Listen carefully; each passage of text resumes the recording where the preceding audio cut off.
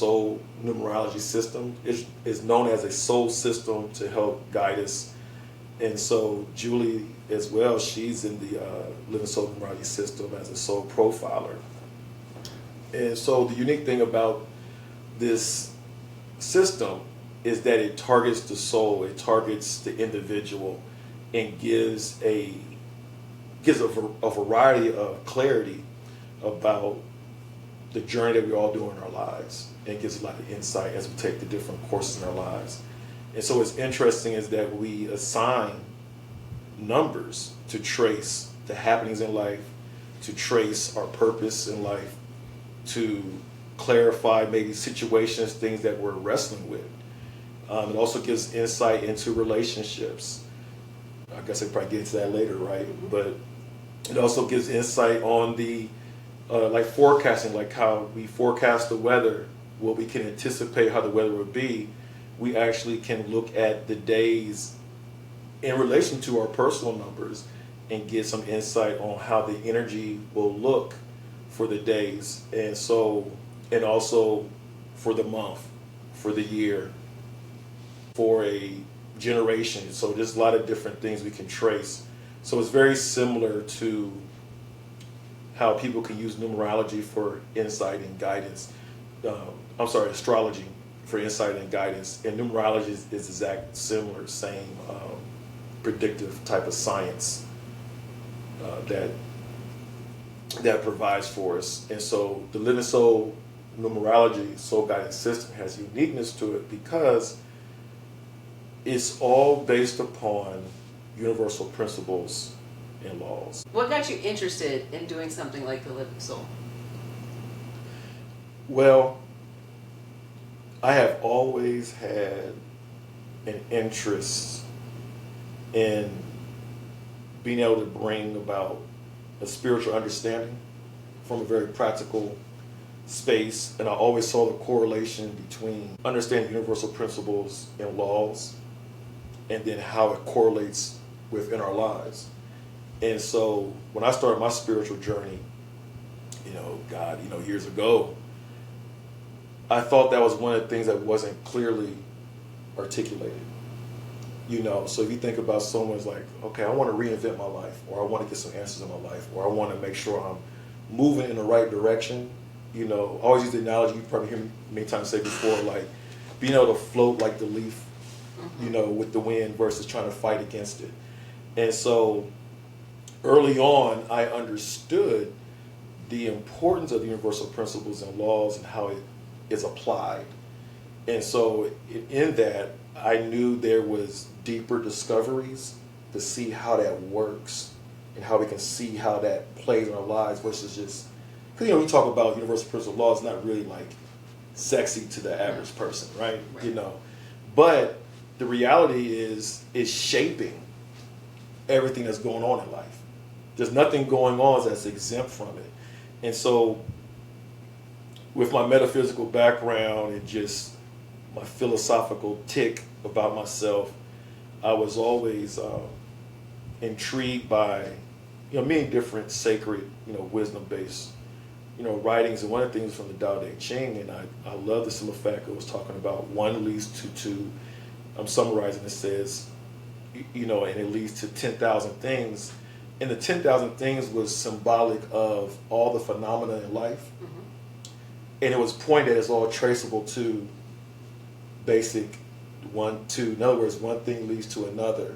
And basically you realize all the phenomena in life, even though how vast it might look, it's all traceable.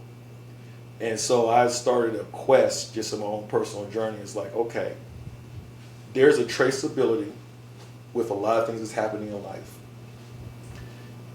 Is there a way to show how to make it happen? So I began to discover that, with the universal principles and laws, and providing the mathematics that was behind it. So as you already know, like the living soul is not like, oh, we're just throwing out theories. It's right. There actually are calculations that are occurring, and that's uniquely what it does is it's assigned to us. It can be assigned to the situation that's happening, right? So whether we know what the numbers are, we know what they represent.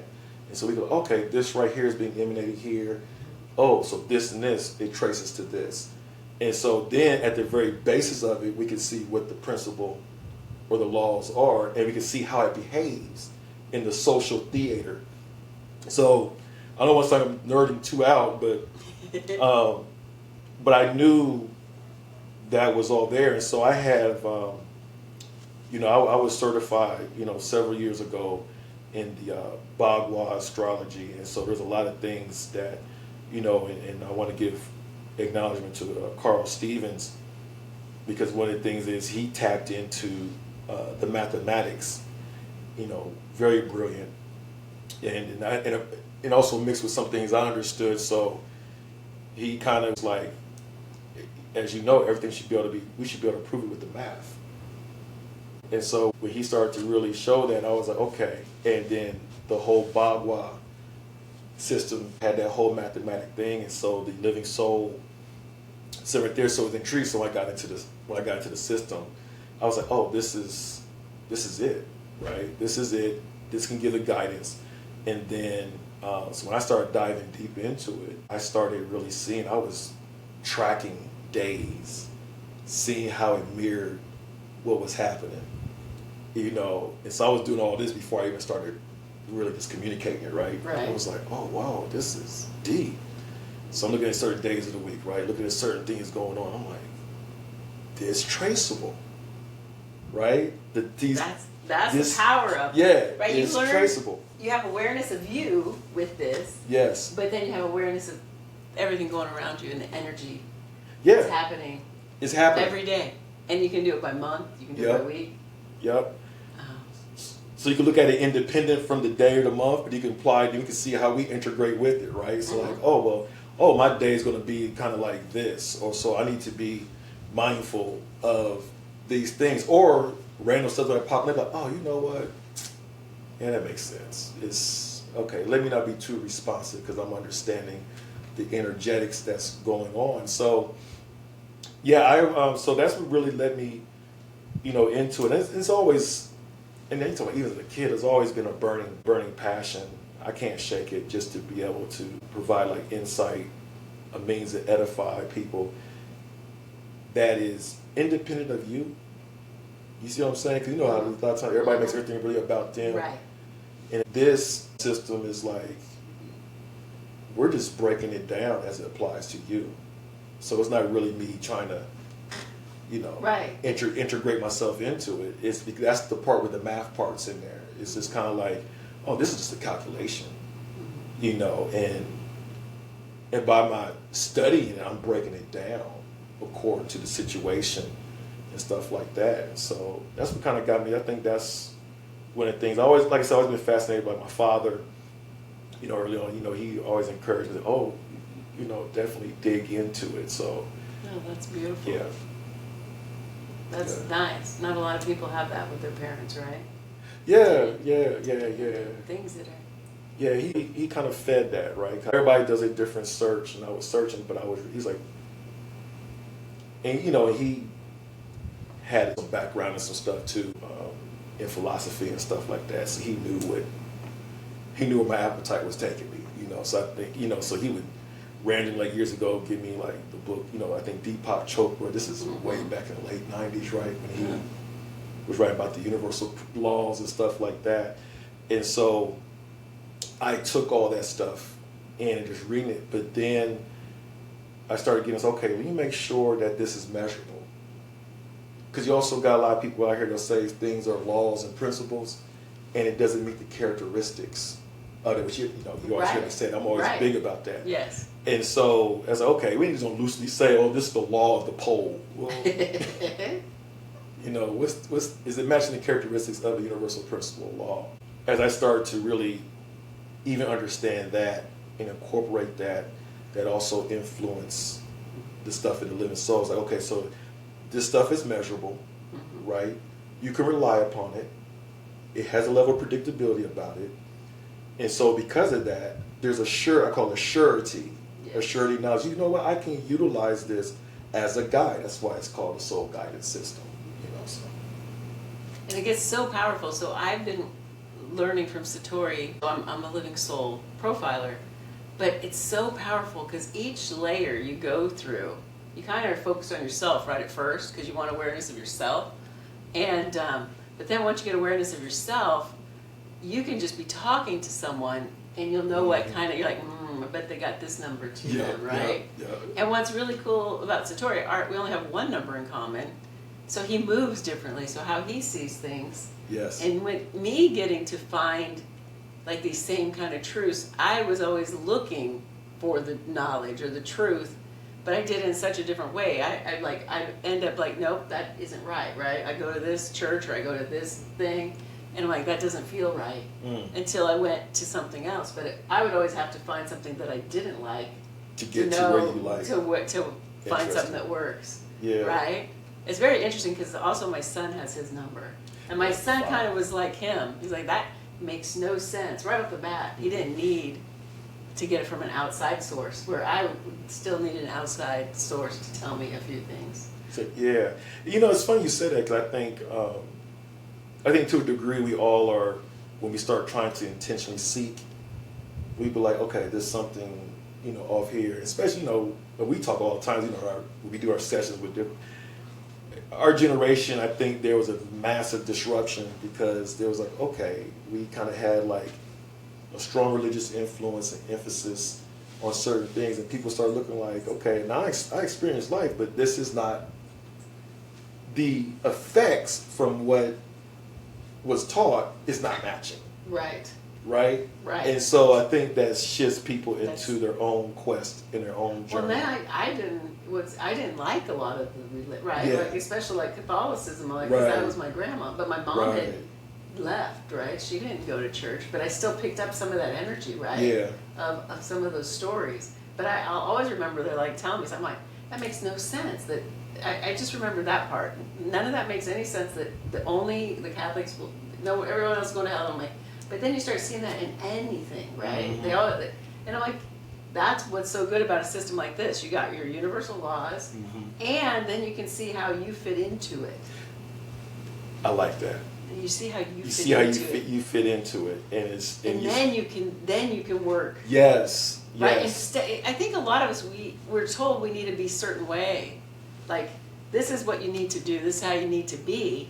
I'm good at math, but I'm not good at English, and everybody gets. But here's the deal: we all have a blueprint. Yep. And you can see by your blueprint what you should be focusing on more or letting go of. You cooking, that blueprint, and that's, I guess when you bring that out, that's the advantage of knowing your soul numbers. Yes. The living soul, once someone starts to understand, like we hear commonly, like in astrology, people start to understand what they, their zodiac sign and what their alignments is. So similar, same thing in living soul numerology. You start to understand what are my soul numbers, and just like Julie said, we both share in the number 4. Yes. Right, and so, but even though it's similar energy, right, and there's a similar emanation that comes from it, the movement and how we move is different because we realize, and this is what distinguishes the living soul numerology from traditional numerology, is because we're not focusing on one single number as a relation to your whole life path. We understand that there's other forces and there's other complementary numbers that gives us insight on the path, which complements or respects the uniqueness of the individual, where, there's 3 other numbers that Julie has that I don't share in my soul profile, but we do share in one similar number. So even if we had a quote unquote a life path of a 4, our journey path will probably look different. See some similarities, but the journey path will be different simply because we have other different forces and other different archetypes that's pulling at us. And so it's kind of goes like you're saying, it's that blueprint. So this kind of almost gives you like a cheat code on how to move in your life. It's kind of like, oh, okay, so this is kind of the divine script. Yes. The divine script of how really should move. This is why it's very powerful when we let our kids, or we start to, I wish I had this when I was parenting my kids. They grow yes. now. Oh my God, it's a game changer because every child is unique, and if you we raise kids, you see it, you can see like, oh my God, you're trying to figure out how to navigate them into their potential and trying to encourage them, give them the tools, right? How to uncover and unfold that. Some's easier, some is not. You know what I'm saying? You're like, well, why is that? Well, like I said, according to your numbers, you might have these internal gravity conflicts going inside you. But you have insight to that. So you know how this, okay, well, we need to try to get you aligned into these archetypes to help bring about some quote unquote correction or alignment. I want to use alignment. Okay, you got some misalignment here, but if we work on this can help you get more aligned. This might be a continual challenge, but now you have a tool, or now you have insight to understand, like, quote unquote, am I going to shift more into my shadow in this particular frame of life versus a different frame? So I was lucky enough, I had a little intuition, I think, with Nick. I mean, I, of course, would like to have the living soul, but I also knew that I could tell he couldn't, like, yeah, I had rules, of course, but there were certain things that he needed freedom, right? Yeah. So, and I'd be like, okay, so there's I wouldn't make everything a rule. I mean, even now he's like, I'm glad you didn't coddle me. Mm-hmm. But I also gave him a lot more freedom, whereas his dad wanted to control. He's like, you don't listen to me. He's smaller than me, you should listen. I'm like, that's not how it's going to work. But now, interesting enough, then when you find out by the number, Nick has a 5, a soul liberator. And you're not going to be able to control him. No. But, so thankfully, I've got a 6, which I think helps bring that intuition. And you got that 4. So that 4 is open to understand, to expression, because it's eclectic too. Oh, that's true. Unconventional, right? So it's so with that 4 and that and the 5, I mean the 6, that gives you a very unique insight, right? Right. A little more into it, because like you said, you got that, and that 6 with the 4 is highly productive. So you put those together, and he's like, okay, I see something here. Let me steer this way, or lay out that path, and that's the thing. That's what's really powerful about this. And I've been privileged. I can't even keep count, but I've been privileged to sit down and do different readings with different parents with their kids and stuff like that. That's nice. Yeah, and then the grandkids, and so and now a lot of it is they go by it, and it's interesting because I can think of one right now with her grandson and granddaughter. The grandson, he was approaching teenager years, right? Mm-hmm. So you already know with young men, it gets a little choppy, and she had custody. She has custody of him. And so she really was trying to get some guidance. And we was able to pull out these different things. And we got a little ugly with it too. We started to pull out, okay, these are his shadows. And I remember one time I had to be very upfront. I was like, and I think it comes back to mine now. It's like, he cannot be positioned in any type of environment. Well, that's with any kid. But this one, right, her grandson, because of the way his archetypes and stuff is set up, it was like, you can't risk to put him in a freedom environment. Like you did with Nick. Mm-hmm. He needed parameters. Mm-hmm. Right? Because there was a likelihood that he would easily conform to influences that's against his well-being. Where Nick has a little bit of self-guidance in him. Right. He doesn't. He's going to decide what he's going to do when he wants to do it, and he doesn't conform. That's why that was my issue with with school, that he would tell the teachers when they were not right. Yeah. And he's correct, but I go. You just have to know. Then this is what you're going to deal with, right? It's going to be in detention. I'm like, I understand. So that's the kind of thing he doesn't get in trouble on, right? Other things, right? I'd have. But he never ever stopped trying. I still remember as a little kid, we go to the grocery store aisle and we're at checkout. They always want something at the checkout. Yes. Never in my life did I let him ever, not once, have anything at checkout. And I finally asked him when he got older, I go, why do you keep it up when you already know I'm going to say no? He goes, maybe one time you'll say yes. That's funny. So you got that level of persistence too. But yeah, so it's very interesting. It's very interesting when you see that, right? But it's been good for me because I was very more rigid. Yes. So it's very good to have a child. Sometimes he's the parent, really. He brings out that. out of me sometimes because he just is a little more sometimes he feels more worldly when he Right. brings out his thing. Help me loosen you up. Yes. And that's what kids do anyways. Kids are an extension of us. And so it's interesting when you look at the numbers. When you said that, I thought about another person that I'm close to. We looked at her numbers, and she was talking about the dynamics with her parents, and her parents let her know when you was born, you saved our relationship. Oh, wow. And so we started looking at the numbers, and I was like, actually, you did. Because she was like the integrator to help them see the better in themselves or whatever. And they both, both parents were very committed to the child. I said, but her number was a 3. Wow. In there, and so it was just interesting showing how that worked with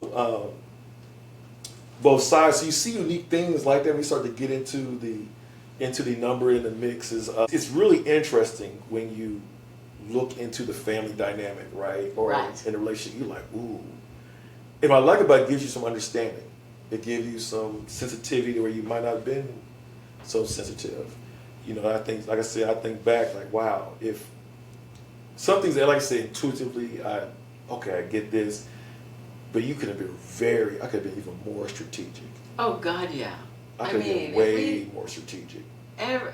This would bring so much power. Just Yeah. even the shadow, right? Knowing where we kind of have a tendency to, Yep. you know what I To mean? veer into it. Yeah. Yep.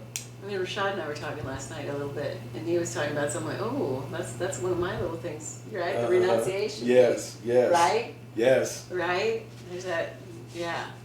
And that's strong, and that's another thing too, right? So it's like you start to understand, and so I think one of the unique things is it gives you a language for that child or for that situation or for that person that you naturally innate, like you said, like, well, I'm a little more maybe rigid or a little more rule based. It's like, well, that's not really their language, so it challenges you, right? It becomes an opportunity for a growth factor. So it's like the clash don't have to be negative. The clash can just be an indication for something in our own reflection. Like, okay, let me maybe evolve a little bit right here and let me see that, I can kind of loosen up right here in this situation right here as it applies there. Or maybe I need to trust their inner authority that they have. That's what it sounded like with Nick. When you and Nick was kind of teaching you in probably different moments with his 5, because the 5 is about truth. The 5 is about advocacy of the truth, balance. It's about love too. It's about forgiveness. It's about self-determination. It's like all that wrapped in one. And it's got its own compass. It's a trendsetter. You know what I'm saying? So it's not, like you said, it's not going to sit here and conform to what's already presented to it. There's an aspect in it where that archetype is like, I'm going to chart my way. So it's like, and of course that bothers anyone that's into what? Conformity. Right. It's just period. It's very fascinating to watch. Yeah. Because and if you go and do his dad's numbers, you're like, oh Lord, there's just no hope. He has nothing that he cannot. It all has got to be. Yes. Don't. Right. So. And that 5 is kind of like, hey. I can't get with it. It's very interesting. And but then that's the thing. That's where when the awareness of yourself, because you can't put yourself in those environments, right? That are not quite right. Yep. There was the oh gosh, what was that thing about in there? The other cool piece of when we do this stuff is that, like, you can also see how you do pair up with someone in a relationship. Yeah. And so that gives great insight, yes. right? Yes. What you're attracting and why. Why you're attracting. Yes. Huge. Yes. Well, that's the first thing I did with Satori was mirror work, right? And most people don't want to look in the mirror at themselves, so they can't see their reflection. And you can talk to them and you can show them a way to look in the mirror, but they really can't do it. So when you start adding the Living Soul numbers to this, then you're like, then you kind of say a few things to them, like, oh yeah, that's how I am. And then you can get it in there. Yes. Right? Because then you can show the core value, but you can also show the shadow. Yes. Right? And how we got there. So that part is huge. And just for people that's listening, that's the part where where someone might feel like we're stuck in life, Yes. or we're battling the loops in life, and it's like I just need to figure this out, and it's like I said, most people are trying to avoid the reflection, right? Or they might, we talk about the mirror self. There's a blind spot that you just don't know you have. No, we're told Right? that, like me, I was told that story. Yeah. What did I go do? I gotta just keep working. I Right. gotta do this, and then once I buy the house, I'm gonna be happy. Once I do this, I'm gonna be happy. Yeah. It's not how that works. It's not how that works. And then there's all these people miserable in their corporate jobs and their things, and then everybody's doing what? Okay, then people are cheating at work. Well, no one's happy. No one knows who they are. I'm supposed to do this, and then I rise the corporate ladder. I'm going to be happy. It's not. Then you get there, and you get the disappointment. It's a huge disappointment. Yeah, and that's where the living soul. And that's the lie. Yeah. That's what it was for me. I'm like, this was all a lie. It was These a lie. People told me a lie. Yeah. The power of even young kids knowing themselves like this is huge. Oh, it's a game changer. I could say for me, when I became, I always had a sense of, a sense of purpose. My challenge was like, how do I actualize it, right? And so it's like I was saying a little bit early on, like what led me into Living Soul was that drive. I remember when I graduated out of high school, and I remember I was in the hallway, and I said to myself, I want to understand life. That's why I said it to myself. Wow. I'm amazing. I'm coming out of high school with that type of, and I was really serious with that type of desire. Wow. I wanted to understand life, and the thing was I started to see the hustle in life, and it was bothering me. So I went to college, right? Sitting there, going with the format. I'm looking like, this don't even apply to life. I remember one time I was in a class called Appreciation of Art. So we studying about, and no disrespect to anybody, we studying about Van Gogh and all this stuff. I'm like, this is gonna make you more well-rounded. It's not gonna make me more well-rounded. You know what I'm saying? I don't. And I was looking at it as like, but you realize like this is just a feeder for y'all. This ain't got nothing to do with the quest that I'm trying to do. And there's other different stuff, right? That you're looking at. So you start to see. For me, early on, I started to see through the fallacy of life. Through the agenda.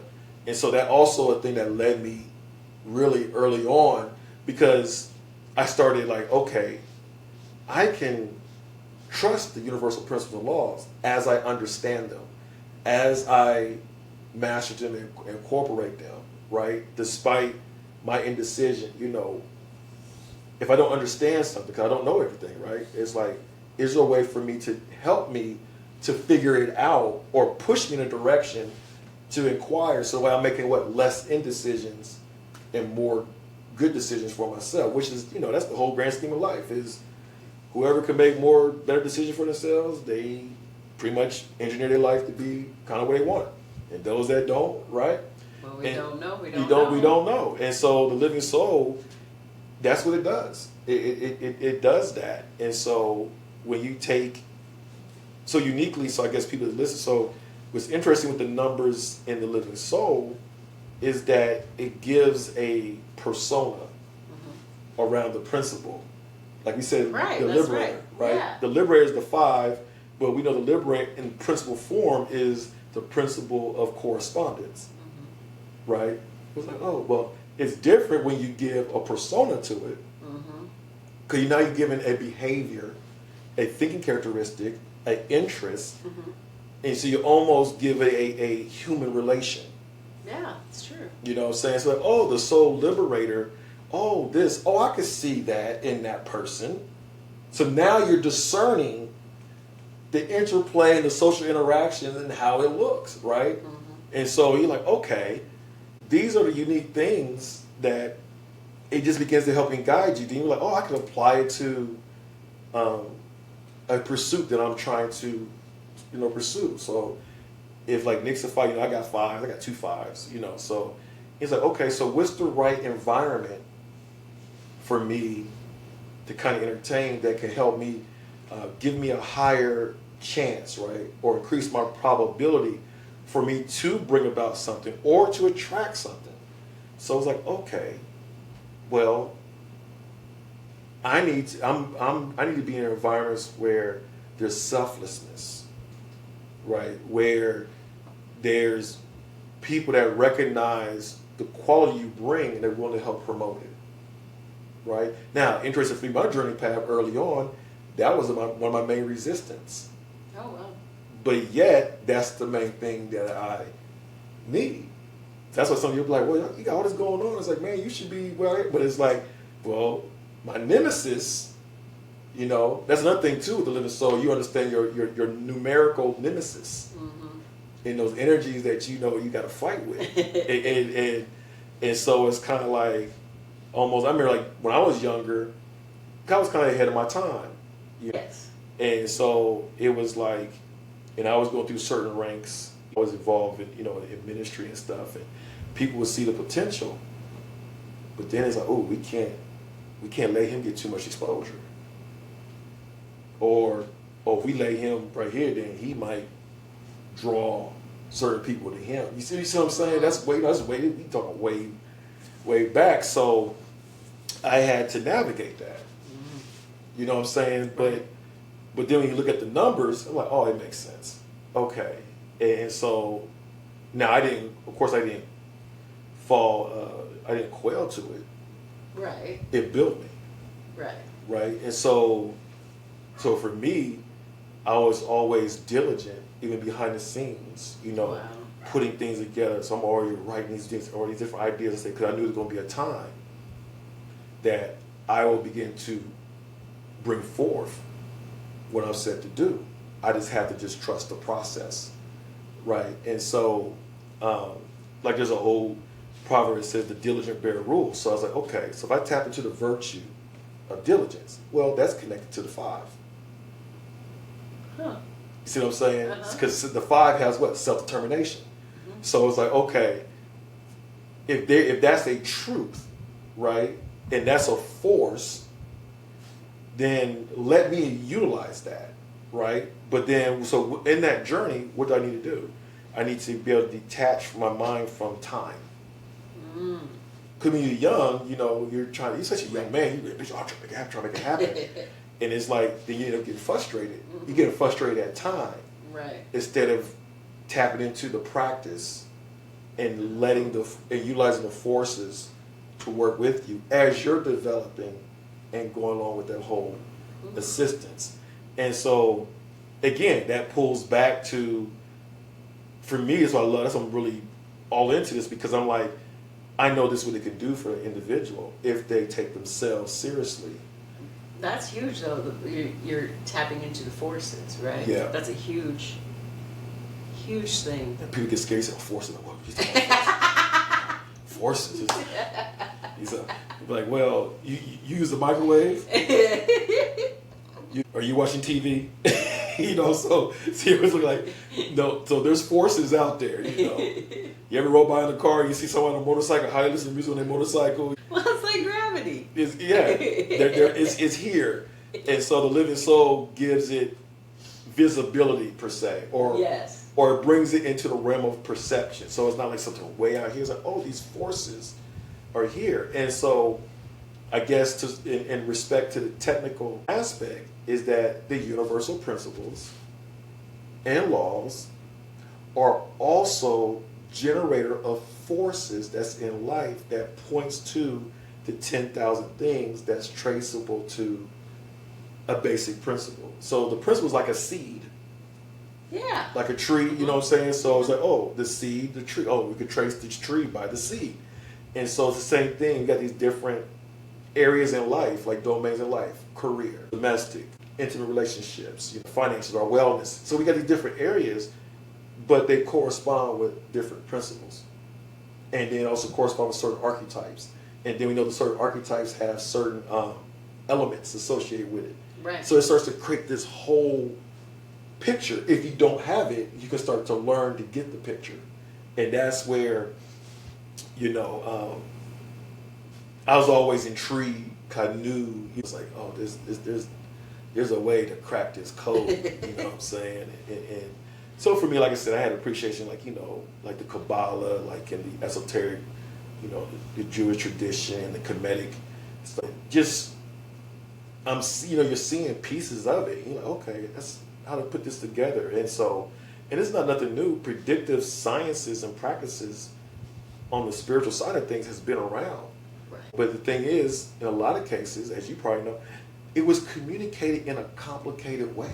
Yes. Most anything that I got shown to, it's like it gets overwhelming. It gets overwhelming. It gets overwhelming. Yeah. Whether even astrology gets overwhelming. Yeah. And anything I got exposed to, I never kept going.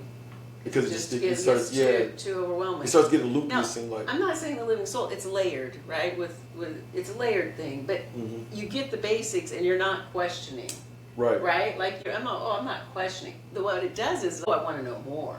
Yeah. Where other things you're just like, oh God, I'm so confused. Yes. This you don't get confusion.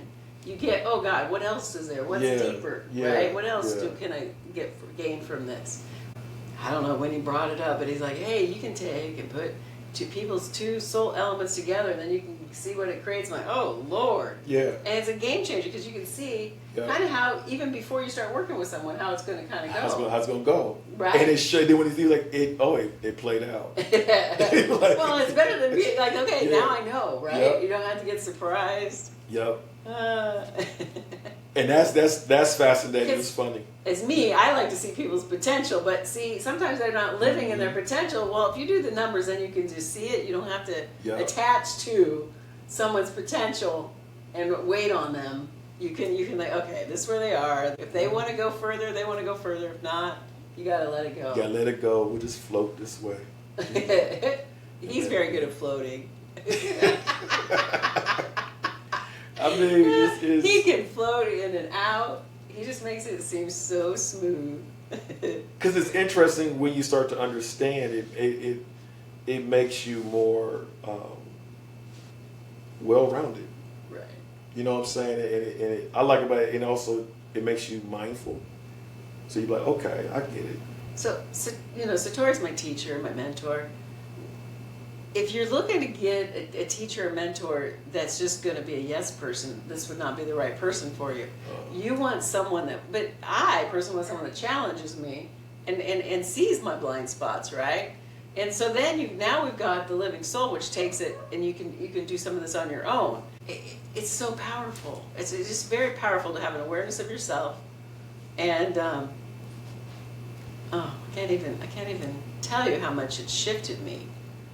Yeah, and you're sharp. So let's be clear. You're a profiler, but you definitely are at the soul reader level, right? Mm-hmm. So you said like early on, it's like because we know the basis of the learning of it is personal, right? Applying to ourselves, and so when that happens, it allows you to see how it's operating from you or from other people. And so once you just start to recognize it, just because it becomes intuitive. You embody it. You're like, oh, okay, this right here. Oh, this right here.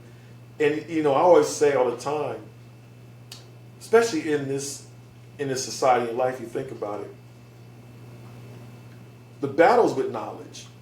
Yes. See, as long as we keep trying to fight around knowledge, there's always room for manipulation. Mm-hmm. But when someone has understanding, the battle's done. Oh, wow, that's so true. The battle's done. Because I already understand, so what's occurring, I'm either allowing it or going with it, but it's not like I don't know. No, it's true. Right? Dang. Yeah. Yeah. And so a lot of times where everybody's trying to pursue knowledge, of course, but like because you got sevens, I always tell sevens, it's like, you better make sure you vet the sevens with truth. Mm-hmm. Because all information might not be truth, right? Mm. Right? And so the battle, because all information has its course, it has its path with it. And so when you put different knowledge or sequences of knowledge together, it's going to create a certain outcome. But if you haven't vetted it, so you might have a knowledge that's all designed to bring about an evil or a negative, or you might bring about a positive or a good or something healthy. But if you haven't vetted, or if you don't understand the consequences of that information, then you're bound to it. Mm-hmm. And that's what happened to a lot of us. It's like, well, I thought this, I thought that. Early on, I was like, yo. So like I said, I became a rebel against a lot of information. Like, hold on. This don't pan out this way. And I'm one of those people, I'm going to observe the outcome of what my belief is and what I'm thinking over a period of time. I'm not going to keep trying to make it work, but it's like, it's testifying against you.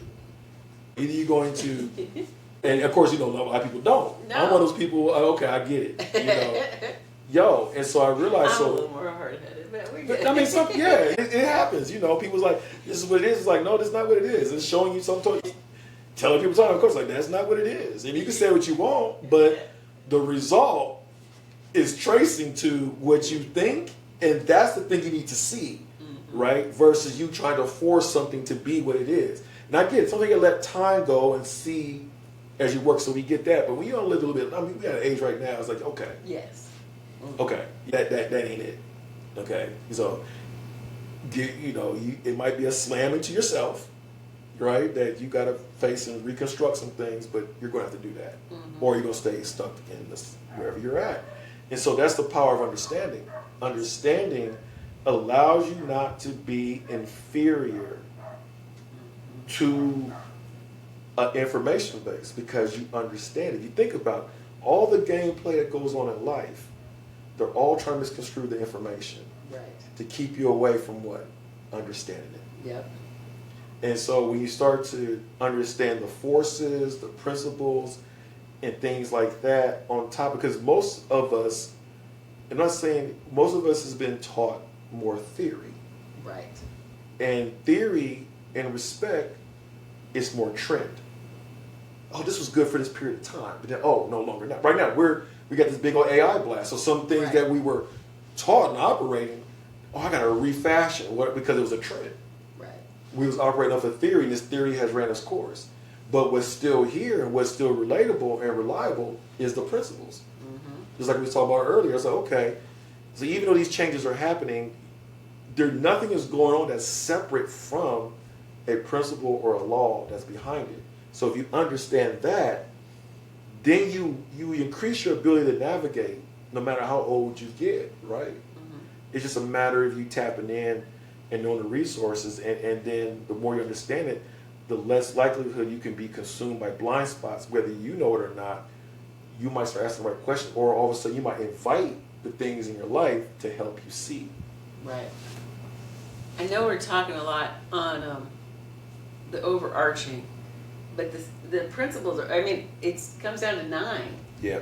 And you do that, you do that number. How do you do that number? Then you add up. Do that. How do you do that? How do you add up? Remember how you do the numbers? It adds up. As you're talking about the 1 through 9, you talking about? Yes, and then you, oh gosh, I can't. Were you talking about from like the Lazoo, or what are you talking about? Yeah, kind of like that. And then Then it adds up to the 15.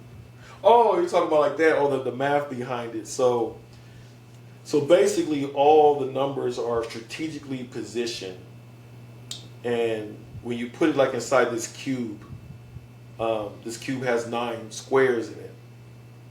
And if you add it going to the right, add it going to the left, you add it going diagonal, add it going down, horizontal or vertical or slanted or whatever, it always adds up to the number 15, trace number to the 6.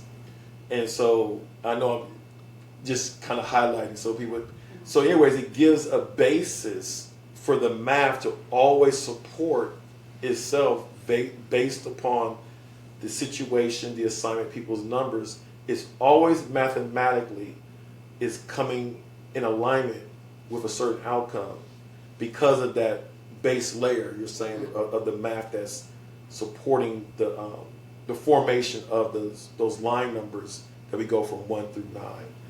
And so, and it's just interesting to see it play out. There's a whole Thai fascia yoga system based off of based off of someone's soul numbers, there's a certain sequence of poses that they can do for their own well-being based off of the numerical sign and with the math behind it. So it's very powerful. Yeah. You can support yourself without having to always be looking. Yep. Always be looking, searching. Yep. So it confirms that then each number, of course, has a gravity relationship to another number, whether it's on the productive or encouraging, fruitful side, or whether it's on the more conflicting side. And so we're able to see that too, and how that plays out. We definitely, in relationships, why are we always clashing? Well, your numbers, y'all got a lot of tension. And you can have the conflict within yourself with your own numbers. Yes. So it helps when you understand your own conflicts within yourself. Yeah. That's huge for me. That's huge. That's huge. So huge. Because for me, I got two different voices sometimes, right? This voice and that one. Yeah. And it's very hard. So that can stop you from making progress. Yes. So once you know that, now you know what game you're playing with yourself. You can work through that. I like how you said that, because a lot of us are playing a game with ourselves. That's what we're doing. Especially got the conflict. You're playing that game in there. Yep. Playing that game with yourself, and it's like, okay, are you tired? When you get so tired. Are you tired yet? Because if you're playing a game with yourself, then how can you have a healthy relationship? Because that person's probably playing a game with themselves. Then you start playing a game with each other. And then you put it together, and all of a sudden, y'all have your individual game. Mm-hmm. Now you have a collective game. So now you got these three games going on. Mm-hmm. And you look at those numbers right away, you look at that relationship, I would have never got so stuck in a game with this person and have this long-term relationship with someone that they move this way. Yep. I move this way. Right. But if you don't realize it, it's constantly being played. Or you can figure out, okay, you know what? Let us refashion this thing. Well, and also we can also create behaviors or actions based upon what we know people want to see us be, right? Like society makes us, no, you need to act this way. Yes. So you don't know, and then once you get in relationships, right, you're not going to hold that energy. So that's also how people get fooled. Mm-hmm. And then that's another. So what's some of the, like, I know you with the number, I know you've been playing with it, so in recognizing that in relationships, what's some of the things you see? You see like a lot of masks being exposed? Oh God, yes. So when you do this, especially because people do operate, like a lot of people are operating in the shadow. Mm-hmm. Right? So it gets real clarity really quick, because one of my issues is I do get that, like, since I have that soul seer, I can feel who someone's supposed to be. Yeah. I can feel it. You can feel it. But then I get confused because not always they're being that person. Yeah.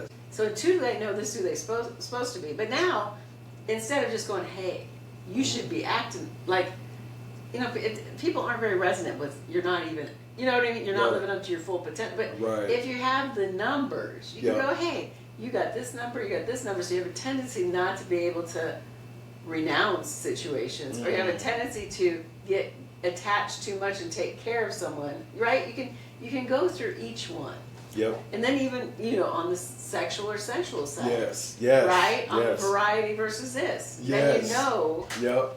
Right? That there's so many ways you can see what's driving someone. Yes.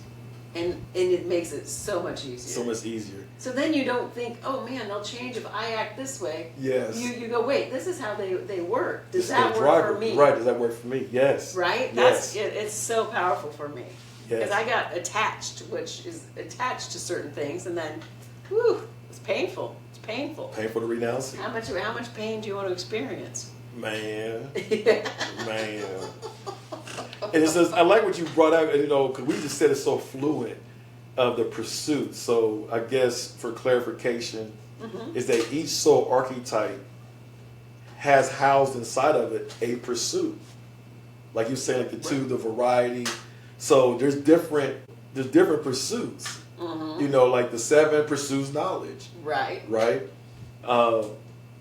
The one is going to pursue, is coming from emotional space, and it's pursuing acceptance. So if someone has like a lot of ones, they might be in their shadow, constantly seeking outward validation. But we can look at the numbers and be like, this is what's going on. But we also know the core value of it is to reflect. Right. So, then you can understand you have what they call attachment styles. Well, your attachment style is coming from your desire for acceptance. And that's where you learn to accept yourself. Yes. And you start to understand, so for them, like the one is like, okay, so you might have more work to do with emotional regulation because there's some other forces pulling at you. So, but these values, the core values, is in place for you to optimize it, but also you're recognizing your pursuits.